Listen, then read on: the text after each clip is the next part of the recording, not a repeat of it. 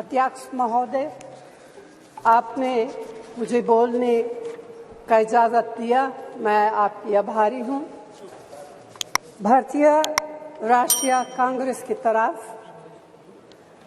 मैं नारी शक्ति बंधन अधिनियम 2023 के समर्थन में खड़ी हुई।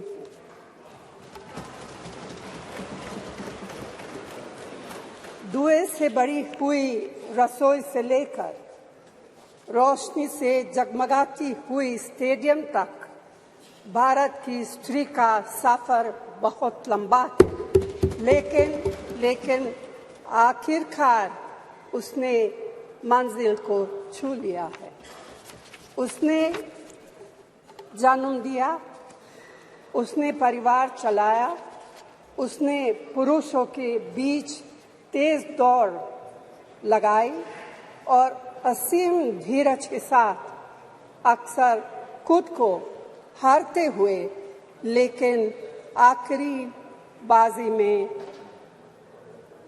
जीतते हुए देखा। भारत की स्त्री के हृदय में महासागर जैसा धीरज है।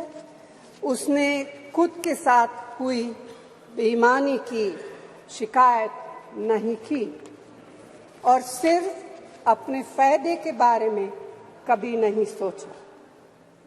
उसने नदियों की तरह सबकी भलाई के लिए काम किया है और मुश्किल वक्त में हिमालय की तरह अडिग रही।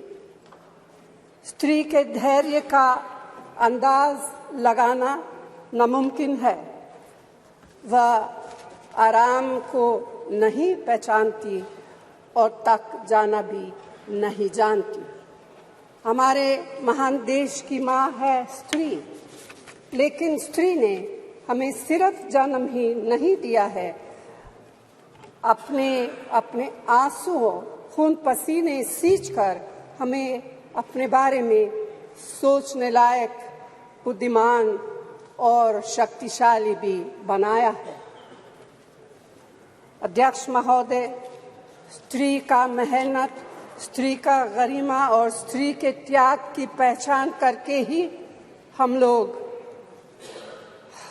मनुष्यता की परीक्षा में पास हो सकते हैं।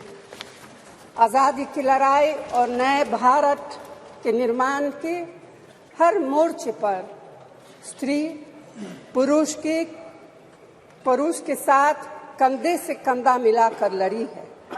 वह उम्मीदों, आकांक्षाओं, तकलीफों और घर गृहस्थी के बोझ के नीचे नहीं दबी। सरोजिनी नायडू, सुचेता कृपलानी, अरुणा असफ अली, विजयलक्ष्मी पंडित, राजकुमारी अमृत कौर और उनके साथ तमाम लाखों महिलाएं से लेकर आज की तारीख तक स्त्री ने कठिन समय में हर बार महात्मा गांधी, पंडित जवाहरलाल नेहरू, सरदार पटेल, बाबा साहब अम्बेडकर और मौलाना आज़ाद के सपनों को जमीन पर उतार कर दिखाया है। इंदिरा गांधी जी का व्यक्तित्व इस सिलसिले में एक बहुत ही रोशन और जिंदा मिसाल है। अध्यक्ष महोदय, खुद मेरी जिंदगी का यह बहुत मार्मिक क्षण है। पहली दफा स्थानीय निकायों में स्त्री की भागीदारी तय करने वाला संविधान संशोधन मेरे जीवन साथी राजीव गांधी जी ही लाए थे। उन्होंने लाए थे जो राज्यसभा में 7 वोटों से गिर गया था। बाद में प्रधानमंत्री पीवी नरसिम्हा राव जी के नेतृत्व में कांग्रेस सरकार ने ही उसे पारित कराया। आज उसी का नतीजा है कि देश भर के स्थानीय निकायों के जरिए हमारे पास 15 लाख चुनी हुई महिला नेता है।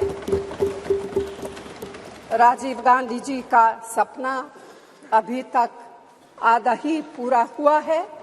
इस बिल के पारित होने के साथ ही वह पूरा होगा।